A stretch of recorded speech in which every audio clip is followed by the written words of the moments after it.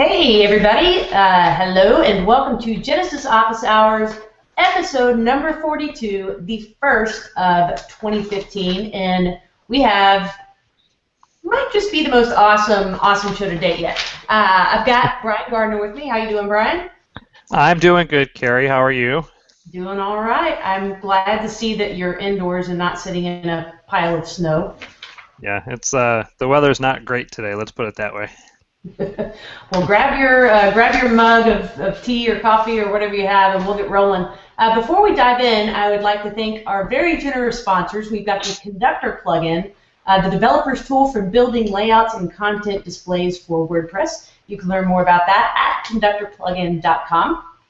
And then we've also got Desktop Server, which is really the absolute freaking easiest way to set up multiple local WordPress installs for your development pleasure. And you can learn more about that over at serverpress.com. Serverpress is the makers of Desktop Server. So with that said, Brian, we've got some craziness going on today. We announced that we're going to be giving away some swag, and I think people might be excited. Yeah, it's long overdue. We should have been doing this gig 3 years ago, but for whatever reason, I just kept putting it on the back burner, and finally I got with Jess Commons, and I said, let's just tell Brian Clark we're going to make some Genesis swag to give out, and here we are. All right, and hashtag GenesisWP has sort of become, I don't know if iconic is the right word to use, but it's a hashtag that's used on Twitter. I even see it flying around Facebook and Google+, and just here you can see, busting it out on the t-shirt. Brian, are you wearing your t-shirt? I am not. It's way too cold, so I've got a nice fleece on, actually. Fair enough. Well, we may have some first-time viewers today, so if you're just tuning in to Genesis Office Hours for the first time, just say welcome. We are thrilled to have you. There's a couple of ways you can participate in the show. The easiest way is to hop on Twitter and tweet your comment or question and just tag it with hashtag GOHchat. And I've got that, I'm monitoring that feed and we'll be watching that. So if you have any questions for Brian during the show, we can get that in. You can also head over to carriedills.com/podcast and then find today's episode, and you can watch it from there and also see the Twitter stream going from there. But yeah, so we've got this, Brian, we've got this raffle copter thing set up over on my blog, and we have over 400 entries so far. So I think people want some swag. Yeah, I have this joke in my head that 10 of them are real people and 390 are Jackie, so. Sorry, perfect time to say that as you were drinking. Yes, please do not make me laugh while I am drinking a hot coffee, mine. And in case you didn't see my product placement here. Yeah, perfect. I'm going to get yelled at for not having mine. I got a glass of water and a fleece on, so I'm going to get in trouble. Shoot, you're not representing, man.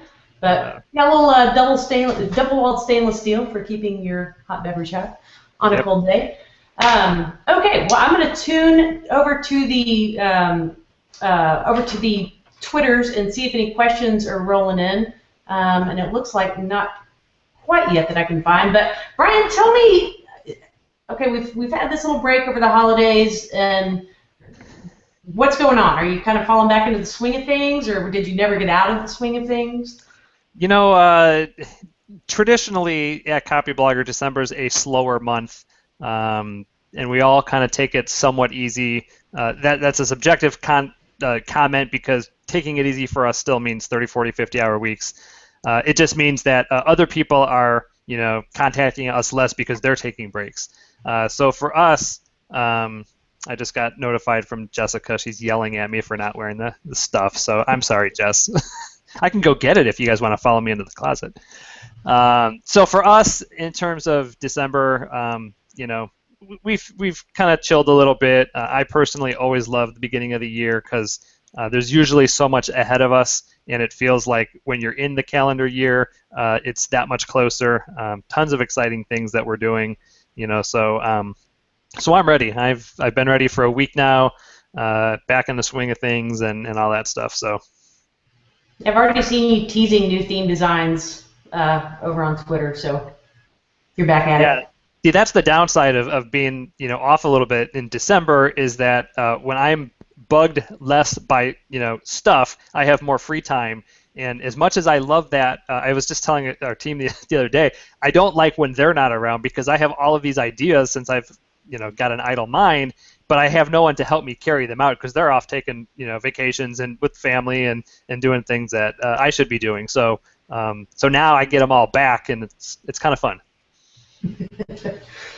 Nice. Yeah, it's good to have people to sometimes ground you a little bit and keep you from running off with every last idea. Yeah. Let's see. Yeah, Jackie's loving that we called her out. I think that was pretty cool. Okay, so you had teased earlier, and we talked offline about this, and so we're just going to dive right in. But when it comes to the Genesis framework, and of course StudioPress, and then Copyblogger behind that, there's this entire ecosystem that's developed around it, both in terms of enthusiastic users and then developers who work with it. So there's themes, there's plugins, there's all these things that are built around Genesis. And one of the things that you had hinted at on Twitter, I can't remember, it was maybe early December or even November, but just said you see so many opportunities in that market space that people are really not taking advantage of. And I was hoping to talk with you about that today and kind of see what you think those are and how people could be making money with the Copyblogger family of products. And I don't know, what were your thoughts? I think when I tweeted that, there was something very specific that had been brought to my attention that made me kind of cryptically just share that. Most of the stuff that I tweet cryptically is usually because something very specific at that moment is causing me to do it. But more than anything, what it comes down to is it's a combination of a couple things. One, and I say this tongue-in-cheek because I love our community. There is some, in fun, there are some people who have opinions on how things, should be done or added into our stuff, and we get called out a lot for things that we do or don't do, and it as much as getting feedback from our community is a good thing, to some degree. WordPress itself is like this. At some point, you have to say no, and it's too much in the core, and the extensibility of the framework, or even Copyblogger's product suites as a whole, leaves so much opportunity for those who are almost not complaining, but saying, oh wait, it should do this and it should do that because I need it to. I mean, those should be triggers in the person who's saying that in their head, saying, well, if this isn't going to be done by them. Here's an opportunity for me to go out and build it. And we've talked about this a little bit probably before on the show, and I know I've, either in posts or interviews, I've talked about this. One of the things, a perfect example of this is Andrew Norcross and what he did with Genesis Design Palette Pro. We weren't going to, for a number of reasons, take on the development of adding, point-and-click controls to all of our themes. We just don't have the bandwidth to do that, and we have other things that we need to focus on. But he took it upon himself to go ahead and build a plugin, and now he's making a lot of money doing that. So if there's things that Genesis does or doesn't do, that doesn't necessarily mean a door is closed. It just means we're not gonna go down that rabbit hole. But so that's the kind of thing that's a good example of hey, they're not putting in a core, they're not doing it, but I got the chops to do it, and I can carve out my section, and we go out of our way to promote on social media, in person and talking, and even sometimes if it's a great idea that we think is a big service to everybody, we'll bring it like we did with his plugin and put it on StudioPress, so it's a total win-win. Cool. Well, I hope we can dive into that a little bit more, because I know, we're always. They said the foundation of any good business is you're basically just finding a problem to solve and creating a solution for it. So I think that for the entrepreneurial folks, there's this desire to kind of figure out what those problems are or gaps are, and then of course Norcross is a great example, building a product around that. So I'm curious, is there any service gap you see in the Genesis market? Not to put you on the spot. No, not putting me on the spot. You can insert any niche into this conversation in terms of building a business around setting up websites for a particular, type of person, whether it be a real estate agent, whether it be lawyer, there's many opportunities, for people will come to me and say, hey, can you build a theme that for X type of people? No, it's not in our queue. It'll take too long. I know you're a good designer and developer. You got chops. There's people in the community you can work with.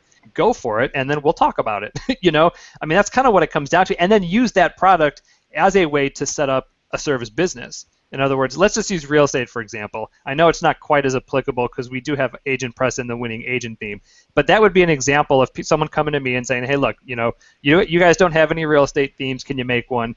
No, it's not in our queue. We've got other things to do, but it's a good opportunity. I'll even, recommend a few designers to work with. Ishmael Burciaga is one. There's plenty of people out there that you could just do a one-off, if you're entrepreneurial, to identify kind of pieces and parts. I get not everybody can do all of it, right? Some people are good designers, some people are good developers, and there's other people, like Seth Spears is a good example. He's just a good identifier of talent and kind of, team manager per se, where he knows, he's got Mike doing code and he's got someone else doing design, and from a high level standpoint, he sees opportunities and he, finds people to work with and puts it all together and has a good business, a service business,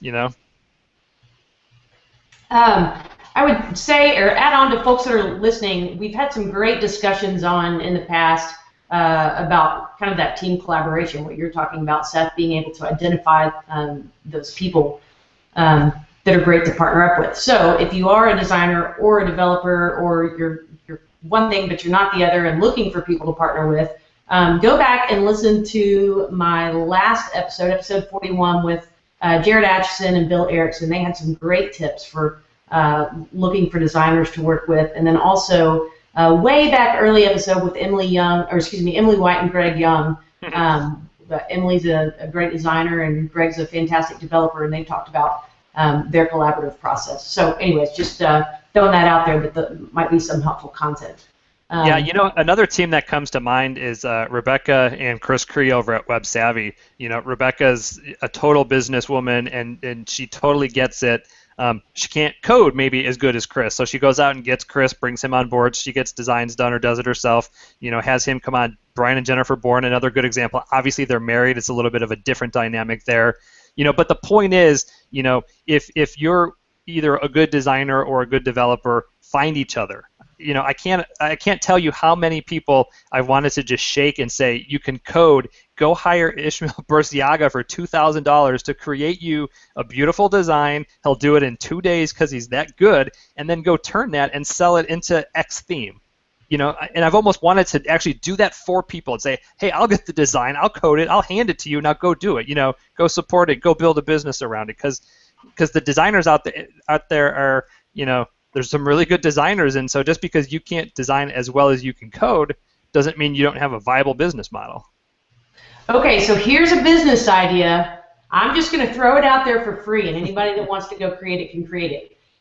The Tinder app, it's for meeting people. You need Tinder, but for locating developers and designers. So take that. You just need the Genesis hashtag for that. Hey, I want to buy a design so I can go launch a theme business. There you go. There you go. We've got some fantastic questions already rolling in, so we'll take a moment to answer some of those. What are you most excited about for 2015? And this could be personal or it could be business. Well, we've got some fun family trips planned, but we don't need to talk about that. In terms of business, I'm most excited, and this is going to absolutely sound sacrilegious, I'm most excited about stuff we have with Rainmaker. StudioPress has been my baby. Genesis was conceptually something that Nathan Rice and I created, and we're moving into a season now where there are other things I'm doing within the company, and things, very special projects that we have coming up that are really, really exciting to me, because they not only satisfy just my design itch, there's personal itch, content itch, and other things like that. That these things that we're about to do as a company, I'm going to be kind of moving into that a little bit more. And if if anyone wants to kind of know where that's headed, you can go over to rainmaker.fm. The very latest podcast Robert and Brian did talking about 2014 and heading into 2015 and what we've got in store.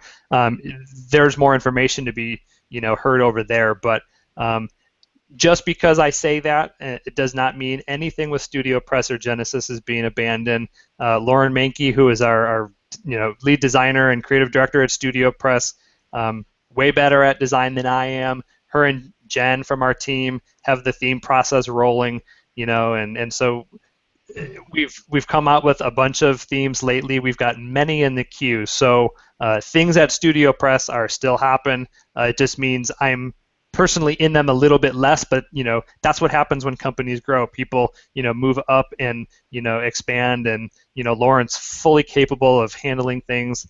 But the stuff with Rainmaker, both from my personal side, using it and what we're doing with it is easily what I'm most looking forward to. Awesome. I don't suppose you could throw out any teasers about what kind of themes we're looking at in 2015, could you? Well, I did throw out a couple in the Facebook group. We have our altitude theme. Lauren threw a few shots on the Facebook group and the StudioPress Dribble account for that. Barring any unforeseen hiccups, should be available next week. After that, we've got a theme that we are building for authors to sell books. Past that, I'm working on a theme that I also shot in a Dribble as well as put into the Facebook group. It's a very minimalistic, neutral style theme for maybe interior designers or people who are kind of like lifestyle designer types.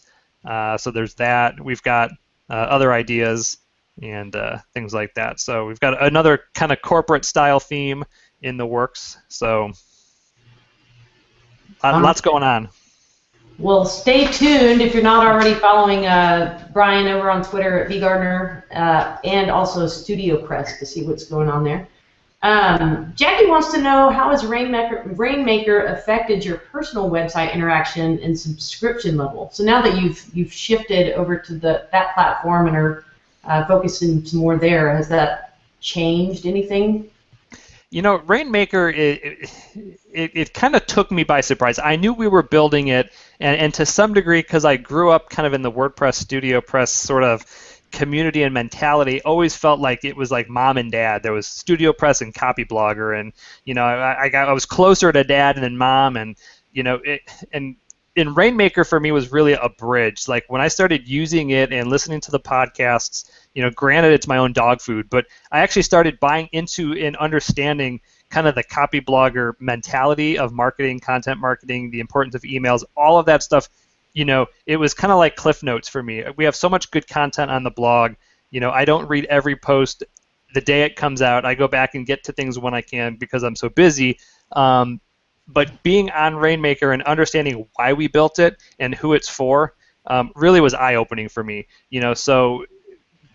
And being able to use it and practically use it. It's not like I'm just doing things on it just that don't pertain to me. I mean, offering free themes and content on my site by way of sign up, kind of as a demonstration of it, has given me the ability to talk about it and share and explain to people within our community why it's a good tool for them.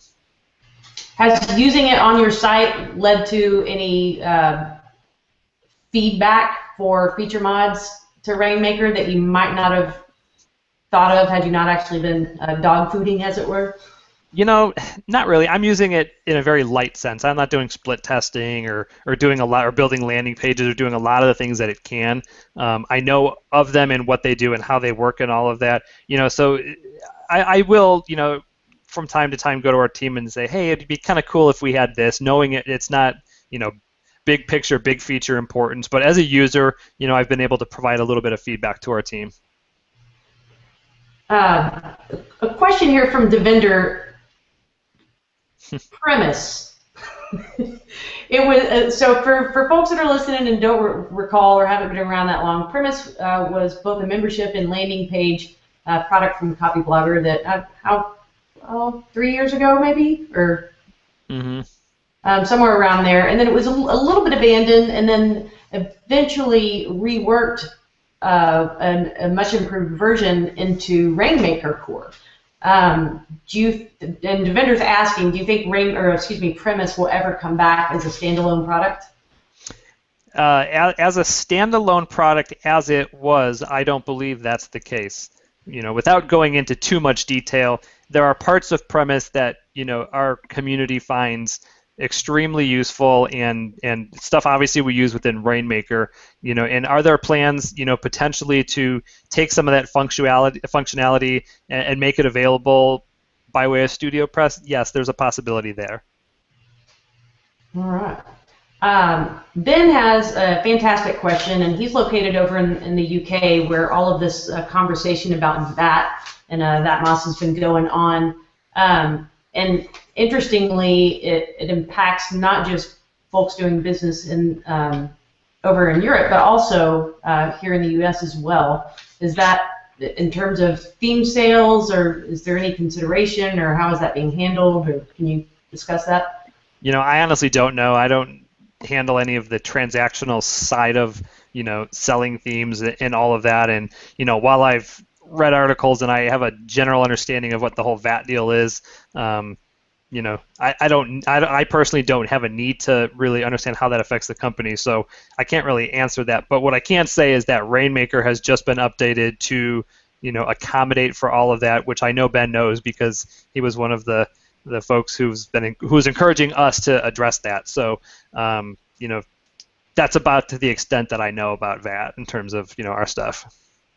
Awesome. And is that in the form of like a plugin? Somebody just activates it on Rainmaker, or how is? Seeing all the GitHub tickets roll through, I think there's an option for it, and I'm pretty sure that I could go look up the email that we sent out to all of our users explaining that it's now part of it. So if you're on the list or a customer, you've been fully notified of the capabilities and how it gets turned on and off and all that. All right. Well, I'm just going to kind of keep bowling these questions at you, and sure. If you got something else, you can interrupt at any time. Now, it's no secret that you and Brian Clark might be a little bit passionate when it comes to football, but Paul Euler, sorry, Paul, if I'm butchering your last name, but he wants to know your fantasy football world now that you've come out on top. Are you going to return to defend your title next season? It's funny, I was just talking to Brian Liss, our Genesis buddy and friend, just about this 20 minutes ago on Skype. 7, 8, 9 years into fantasy, I'm to a point now where I'm done. Physically, I can't spend more time listening to podcasts and managing teams, and just mentally, I need a break. This past football season, I was relatively checked out of fantasy, and it was actually enjoyable to watch games and not care who did what. So pretty good shot next year. I will not be returning to defend my crown. So there's that. Well, Paul, it sounds like you have an opportunity to step in and fill those shoes. Right. Exactly. Let's see. Aaron has a question, and it's kind of a follow-up of what we've already been talking about, but your biggest focus for 2015, and it sounds like you're working on some special projects or side projects. Is everything right now sort of geared toward getting ready for the Authority Conference, or does that take up much of your time? Personally, this year it doesn't take up any of my time. Obviously, Jess is doing a wonderful job planning it, along with some of the other team. And I'm not speaking at it. I know I'm going to it, and I'm looking forward to going to it and not speaking, because I don't necessarily love speaking. It makes me nervous, especially when I share the stage like I did last year with Seth Godin and Darren Rouse and all of the people who are really, really hard to follow. So for me, this is going to be a more enjoyable experience, and looking forward to hanging out with folks who are in our community that are going to be there. So I don't personally have much to do in terms of the conference and planning and any of that kind of stuff. That's a Brian Clark deal. So thankfully he has to worry about that and not me. All right.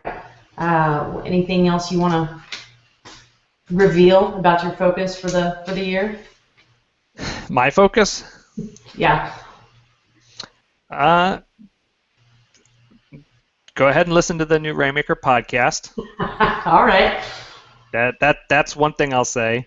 I'm still personally designing themes. I know that I did mention that I'm going to be doing more stuff with Rainmaker, but I don't and cannot have any uninvolvement with the development and design of stuff with Genesis and StudioPress because it's a passion, it's a love. I have to do it, and if for some reason I need to do it and it just doesn't fit into what we're doing on StudioPress, I'll make it free and put it on my site, which is where some of the more simple themes just end up, which of course demonstrates how Rainmaker gets used. So yeah, really it's just encouraging the growth of StudioPress and kind of the transition as Lauren takes over more of that on top of just Rainmaker stuff and whatever. Real quickly, I just see Devinder ask the question on the hashtag, any plans to release e-commerce based themes?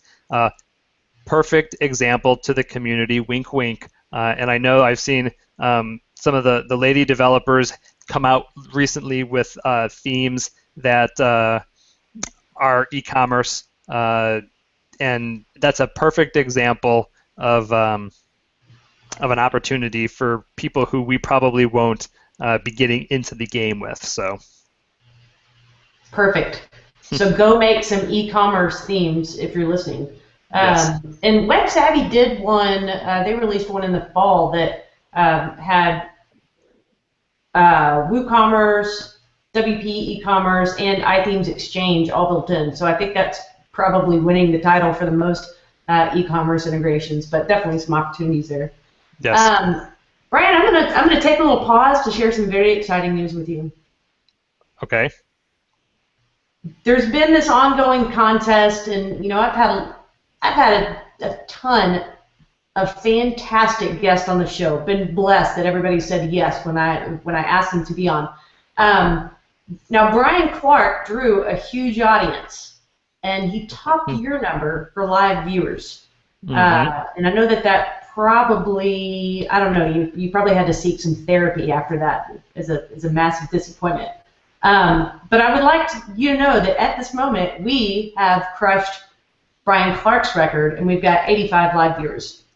Yeah, so that's great, but tell me what Bill and Jared did last show. I think we topped out about 80 for them, so they were. Oh. They were hugely popular guests, as you can imagine. Because they took it from him though, right? I have to go back and look at the final stats. I thought that was the case. Not that numbers at all are important or matter to me, but it is kind of fun. Yeah, I think Clark still had it by maybe at the brim of his hat, but you are unquestionably the winner now. So not only the fantasy football champion, but the Genesis Office Hours live viewer champion of 2015. Congratulations, sir. Sounds good. I did want to mention sponsors and thank them. I don't know if you're just tuning in, but Conductor plugin. Brian, have you had a chance to look at that at all? I haven't. There's so many things that I wish I could get my hands on that I just haven't. There's some stuff, our own, even Rainmaker features that I haven't even gotten to play with yet, much less, plugins from third-party people. But I've heard of it. I know what it does, but that's kind of to the extent. Yeah, there's always more tools out there to play with than we get time to. But I will say, if you're a developer, this is a great little tool. It basically lets you conduct content. It doesn't generate any content. It doesn't. It's a very different plugin from, say, the Genesis Design Palette.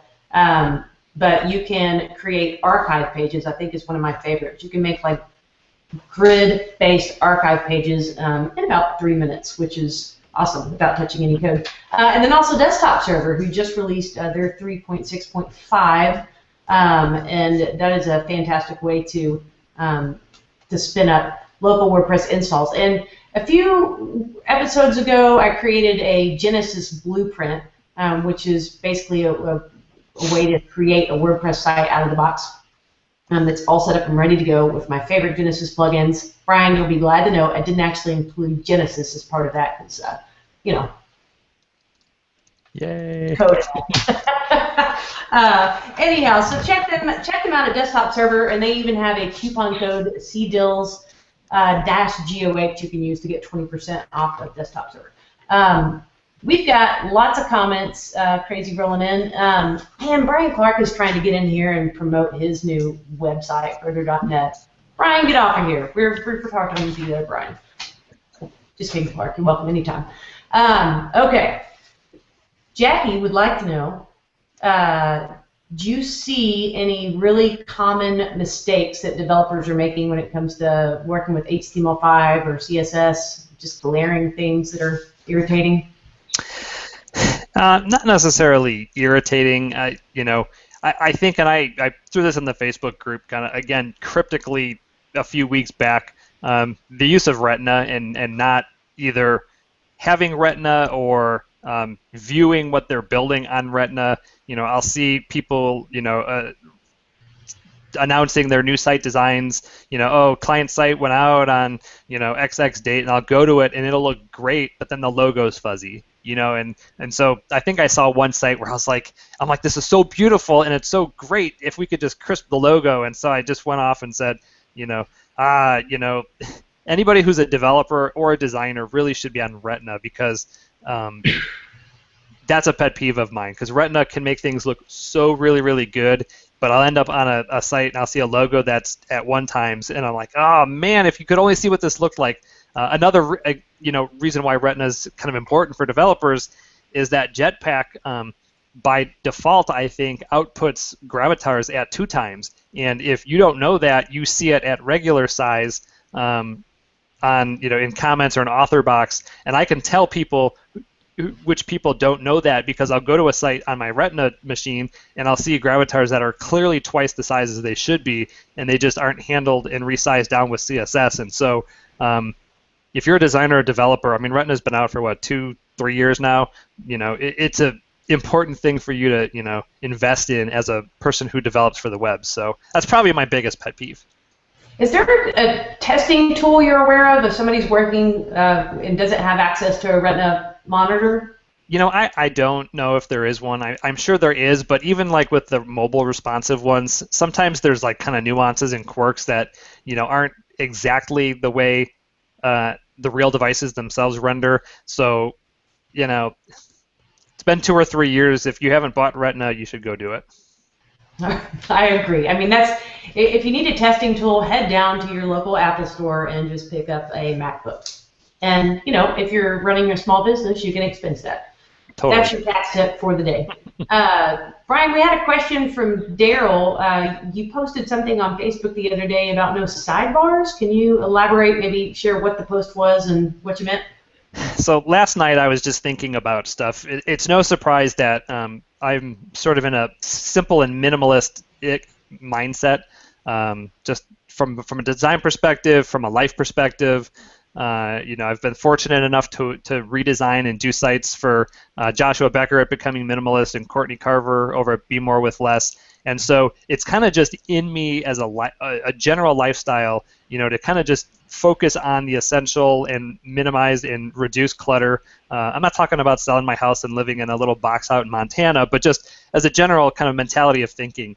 And so a lot of the stuff that I've designed lately, I've just purposely unregistered sidebars because, you know, from a general perspective, you know, I think they're unnecessary. I think people misuse them and use them because they think they should have them, and they put stuff in there that's distracting for what I think their ultimate goal is. And I get that there are sites that need to have them. You know, Mashable type sites, magazine style sites, sites that require ads and stuff like that. So there's an argument against what I'm saying to some degree. But so for me, at what I'm doing at BrianGardner.com, pretend I'm a freelancer. I'm writing content. I'm setting up like a small membership type deal. There's no reason for me to have a sidebar because there's creative ways to accomplish what sidebars can do without necessarily distracting the reader.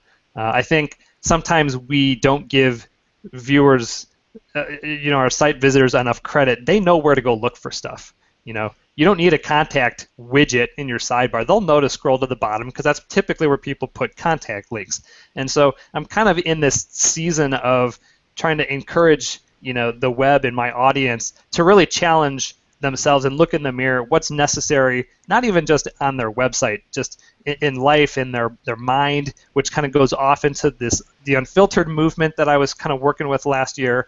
And so I just started thinking about sidebars, the necessity of them, and what would a life look like without sidebars, whether it's on the web, whether it's, in your home, whether it's at work, whatever it might be. It's just kind of a general idea and concept to, to challenge people to say, hey, what's necessary, what's not, is it getting in the way of where I need to be, that kind of thing. And so it's given me some ideas as we head into the new year, kind of in conjunction with some things we're doing at Copyblogger to kind of figure out creative ways to spread that word. Interesting. And I would add to that, it seems you have a philosophical perspective on it, but also just from the practical side too. I recently removed all banners, all affiliate banners and graphics from my site. And I made the decision to do that because looking at clicks, they weren't generating any substantial clicks. I get great clicks from embedded links in my content, but not necessarily from those banners. So I think you make the argument that if you're looking at your numbers or running some split testing, if something's not converting or people aren't clicking on it, then it's probably safe to say you can get rid of it. Yeah, I'm sorry, go ahead. Oh, no, I was just going to say one time I went too far and removed search bar, and I did get some immediate complaint that I removed the search and people couldn't easily navigate around my site. So I added that one back. But yeah, your visitors will let you know if they're disappointed, that's for sure. Yeah, so here's a perfect example. So when I was talking with Joshua Becker at Becoming Minimalist, he had a very minimalistic design. He did have a sidebar and some stuff in there. I kind of challenged him, and sometimes things work and they don't work. You have to sometimes try, though. And so I told him, I said, I think your site and your content and your audience would appreciate what we do here with the redesign if there was no sidebars. And his first response to me was, my book sales are in there. I got to have a picture of my book. I got to let them see that there's a book. And I said, let's try this without. Let me design something without. We'll put it into your author box. And we took the images even away, the visual representation of the book, and his book sales have increased after the redesign. This is not going to always be the case. You try things, they don't work, you put them back. Nothing is forever. But there's, like you said, kind of the embedded links. Sometimes those are more effective because they feel more natural. Seeing a big in-your-face widget in the sidebar, some people like myself, I go ad blind totally when I see that stuff. I want to go in and inspect the page and do display none .sidebar and just get it out of my visual site so I don't have to, to mess with that. So, but again, everything is subjective, and there's cases where sidebars are required, and I'm not saying, the entire web shouldn't have sidebars. I'm just saying from my personal philosophical standpoint, I think there's always ways, to take stuff that's in sidebars and spread them out in a more natural, kind of approach within the site, and Very interesting. Well, food for thought. Let us know what you think over in the comments on this post at carriedills.com/podcast/BG42. That is not his age. That is the episode number of this podcast. We have some comments over there, and I have a question for you from Derek. He wants to know what tools do you use to stay current with or ahead of design trends? And I mean, even you're talking about this minimalist movement and no sidebars. What else do you see that's out there going on?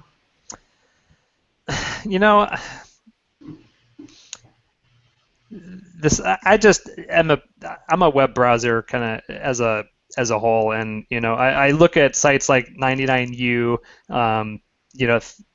places that I find good content from kind of the design perspective, and I use sites like that. Dribbble is probably my number one if you want to call it a tool for, looking to see how designers are designing lately. I used to use CSS galleries, but I got so distraught with their need to monetize by injecting affiliate links to ThemeForest themes and all the other junk that they've put into their sidebars. So Dribbble is now kind of my de facto, follow some of the top people and just see what the designers in the world are doing. It's also a great place for those who are looking to build a business and find someone to design a theme for them as well. But so Dribbble is probably by far my number one kind of quote-unquote tool. All right. Cool. Let's see. I was losing my question. Oh, okay, we have one from Jan, and he would like to know. He's noticed that the StudioPress Twitter account has beefed up interaction with followers and also following more people. Is there a reason behind that, or a new year, new dawn, new tweets, or what's going on with that account? It came down to identifying that it had slowly become a more stale than we wanted it to be thing. Twitter and Facebook to some degree is kind of our bread and butter communication system.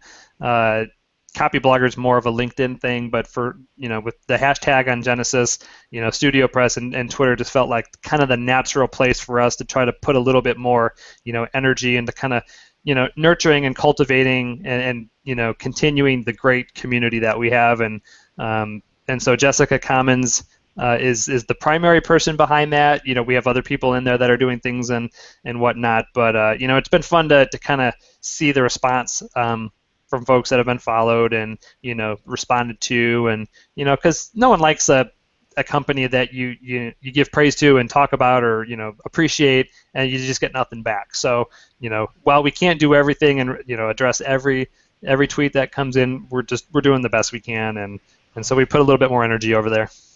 Cool. Well, I will say nothing makes me feel finer than a retweet from the StudioPress account. Good stuff. We're 3/4 of our time is already gone by, and it's flown by, and we've still got a lot of territory to cover. Brian, should we? Now the official raffle, it's not over for another 12 hours, so folks still have a chance to go and enter into the chance to win some Genesis swag. But I don't know, Brian, do you want to call out any winner chicken dinners here on the show today? Yes. So I'm gonna pick 2 people from this point forward in the next 5 minutes who use either the Genesis WP hashtag or the GOH chat hashtag and just say, hey, I want some swag. I'm going to just scroll through the stream and just randomly pick 2 people that we will kind of use as manual winners, and then we'll use Rafflecopter for the rest. Okay, well, I am bracing myself for the onslaught. Well, while that's happening on Twitter, I'm going to bounce back to the comments over on carrydills.com and see what we have going on.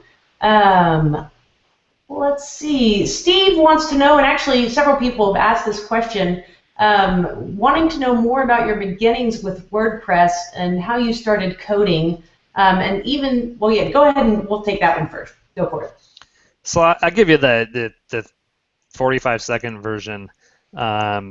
I was a project manager at an architectural firm, wanted to blog personally, started using Blogger, wasn't happy with the template system. Somebody said you should host your content and use WordPress, checked it out, didn't like the free themes that were available, took one, made it my own, started blogging, then thought, hey, in order to get traffic, maybe I'd get some links, so I started creating free themes, and then that kind of turned into freelance work, and ultimately a rejected freelance project became Revolution. That got sold. I got a cease and desist letter, transferred that over to StudioPress. A couple of years later, Brian Clark called, and here we are. All right. And Anita had asked a question earlier, going back to your Revolution days, and her comment, or actually more of a comment than a question, that for those of us who have been around since you're kind of watching you from the beginning, well, that sounded totally creepy. Anyways, I don't even know how to rephrase that, so I won't try to recover. But just maybe kind of writing your story. of your evolution with WordPress. I think people would find that interesting. So, when you're in all of your copious amounts of free time, maybe you can make that happen. Just kidding. Duly noted. Let's see. How's that Twitter feed looking? I'm looking. Let's see. Oh yeah, we've got I don't know, maybe 15? No, 20-ish, 30? Wow. Part of me says this is a bad idea because I don't want to be called out for having favorites or anything other than it being totally arbitrary. So I'd love to give it to everybody. So next one that comes up in the GOH chat's getting it on my screen. That's the easiest. Dave Fogel. All right, Dave Fogel. Dave Fogel, leave me or DM me or Brian. Get in touch with us and we'll get your address and take care of that. Ginger is voting for Jackie. Can we vote for other people? I don't even know if we can do that, but. So now we're nominating. This is great. Yeah, it's awesome. We do have a comment from Carly. She wants to know if you're ever going to make it out to the West Coast, maybe for a WordCamp or just a visit. There's no snow. I don't know if that is a deterrent. But there are mountains. I'm first of all, I hate flying. And so that being said, as I've gotten older, that fear has gotten worse, and so I try to travel as less as I can. We still travel as a family a lot. I just got back from Colorado. We're going to Florida in March, and I'm going to Dallas in January and Denver in May. So I don't have a ton of, I don't have much bandwidth left of wanting to go fly all over the place. We've got some internal, we've got the Authority of Rainmaker conference in May.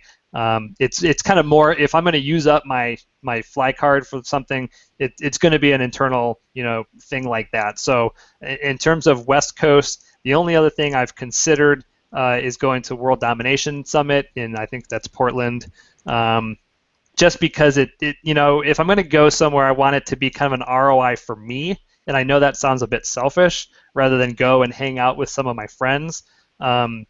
So be it, but I'm kind of at a point now where, I 3 or 4 or 5 years where I went to different WordCamps and stuff like that, and, as much as I love WordPress and I love the WordPress community, I kind of personally have gotten to a point where, I'd like to learn things more than I want to just hang out, if that makes sense. And there's Chris Guillebeau's conference, and the people that are talking there, are on a much higher level than me. And I'm at a point where I want to be challenged, kind of personally and professionally. And so if I go anywhere West Coast, it would probably be that.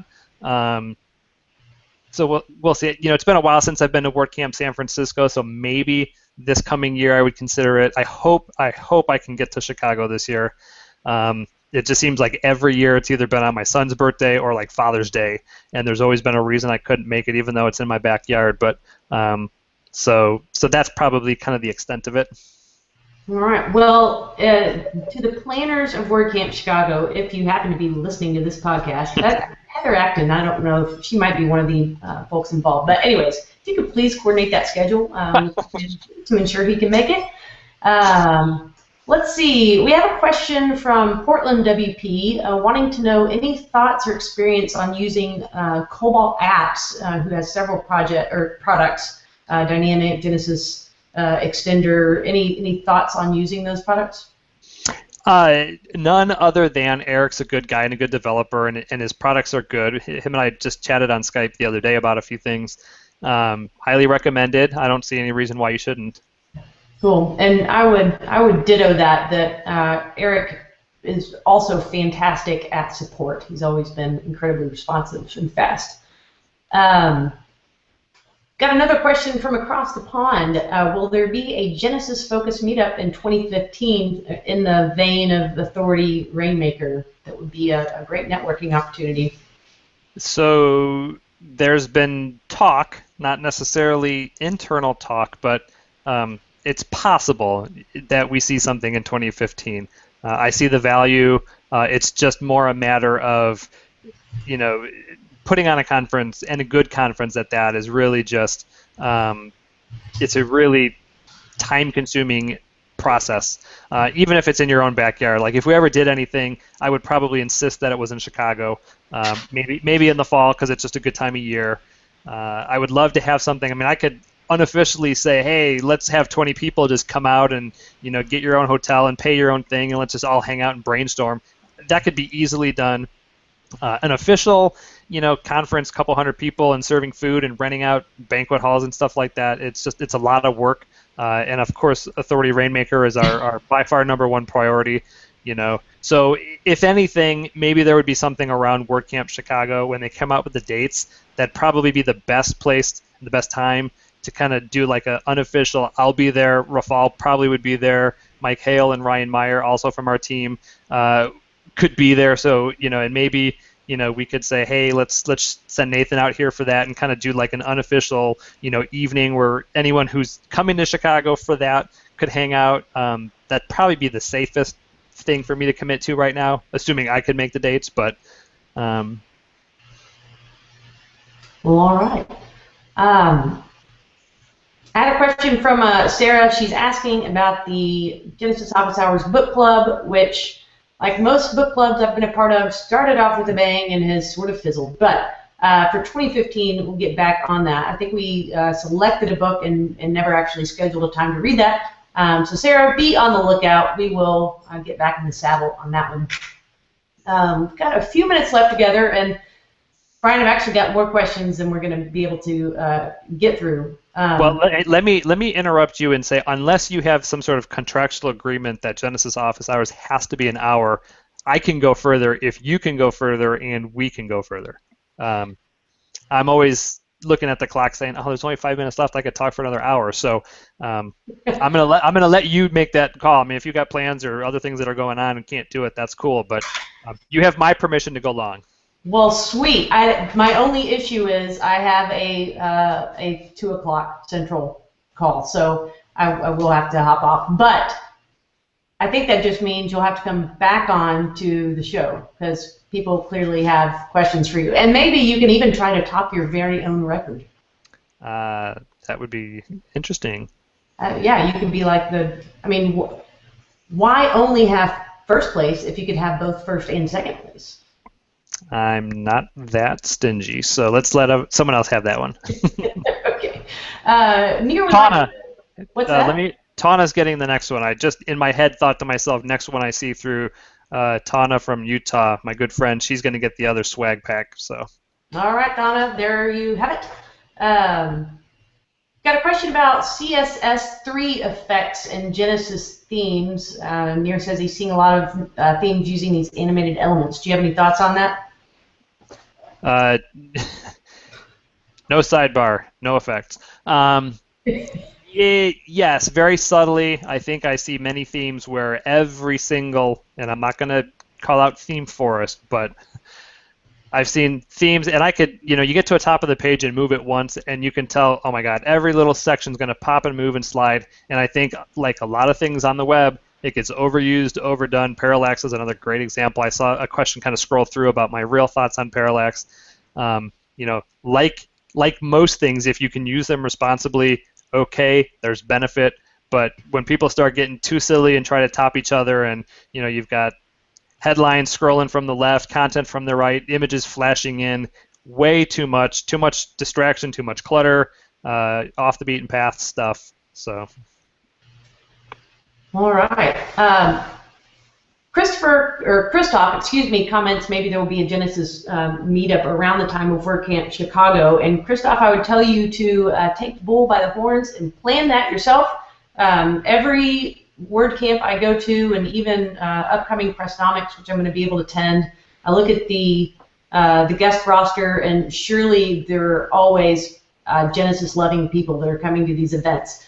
So take it upon yourself just to, the night before, say, hey, we're going to meet here at this time, and people will come. And it's a great way to hang out with other Genesis folks. Yeah, real quick, we did that in San Francisco 2 or 3 years ago. We actually held kind of an official Genesis meetup the night before. where we all had dinner and hung out, and it was heavily attended, and it was really, really a great way to, have something more like not intimate, but intimate around a conference because people are flying anyways. So we also did that a couple times at South by Southwest, where we kind of did a Genesis Connect. And so if I can make Chicago and it makes sense, then I will plan on, the night before or something to that effect. I will do whatever I can to kind of make that kind of a meetup happen. Sweet. We've got time for one more question. I'm going to take this one from Jason because there were several that were sort of in this vein. But Brian, can you offer some best practices for folks that are hacking at an existing Genesis theme? And I'm going to take that to mean maybe they're trying to move some stuff around or add some features. What do you recommend for folks who are editing themes? Check what you're doing as you go. If you don't go and try to customize an entire theme and then go look at it on the web, because if you miss something or something's off, then you don't know what you did that changed it. That's how I learned how to code to begin with, which is, I would change one hex code, I'd go to the web, I'd refresh, see what it looked like to make sure it changed the right thing and nothing else. So just take the time. To some degree, I'm at a point now where I can know and trust my own abilities to change some things before I need to go look them up on the web and see how they really look. But to be meticulous, I'm anal to a fault. If you're not going to use code, get it out of the CSS file. If you have a site you're building, you're not using footer widgets, the first thing I ever do is blow through the style sheet and remove stuff I know I'm not going to need. It helps kind of compartmentalize what I'm going to use and so on. Yeah, I would agree with that. And colors, if themes have color options, that's a big one. You can easily take out, 40 to 100 lines of CSS, just getting rid of all the excess color options that you aren't using. Before we close out, I would like to holler to the Genesis UK folks over there. They actually have a very thriving community, and they're doing their meetup at WordCamp Birmingham. And if you have questions about that, shoot a tweet to Ben Furphy at advice_Ben, and he can get you more information there. Another real quick thing, I know you got to go because you have your thing. Just the same as there's opportunities for the community to build businesses around Genesis if we're not going to do it, just because we may not have a big conference on Genesis does not mean if there's a local WordCamp and you want to organize kind of a little local Genesis meetup around that. I've seen it happen a couple times. If you get with Jess, we might be able to send out a little bit of swag for you to kind of give out. Feel free to do that too. We'd love to see that happen. Awesome. So there you go. If you want Genesis swag, plan a local meetup and ping Jess. Before we hop off, I do want to thank our sponsors, Conductor Plugin and Desktop Server, basically making your WordPress development lives easier. Let's see, you can find this podcast at carriedeals.com/podcast, and if you want to be notified by email ahead of time, you can go to carriedeals.com/subscribe, and the only email you'll ever get is just a reminder for this. Brian, thank you a million times for being on today and chatting, and I know the community loves just getting direct access to you. So can I get a verbal yes on a repeat? Carrie, you can approach me. I want to stay sensitive to the fact that other people might want to be on the show from time to time. You can have me as often as you want me. So. All right. Well, this could be. I mean, maybe Brian Gardner needs an office hours. I've just hit on a secret upcoming thing. All I'm going to say is I've said a lot of things throughout this podcast. If people can start connecting dots, will lead to what I'm personally working on in the coming months. Sweet. Well, you heard it first here, sort of. Yes, and I'm really sorry to already paper and have to close this down today. But thanks everybody for tuning in. You can also catch the replay of this over on my website. You can also catch this podcast on iTunes if you just want the audio version. Thanks, Brian, and I will see you guys. Bye. Thanks, everybody.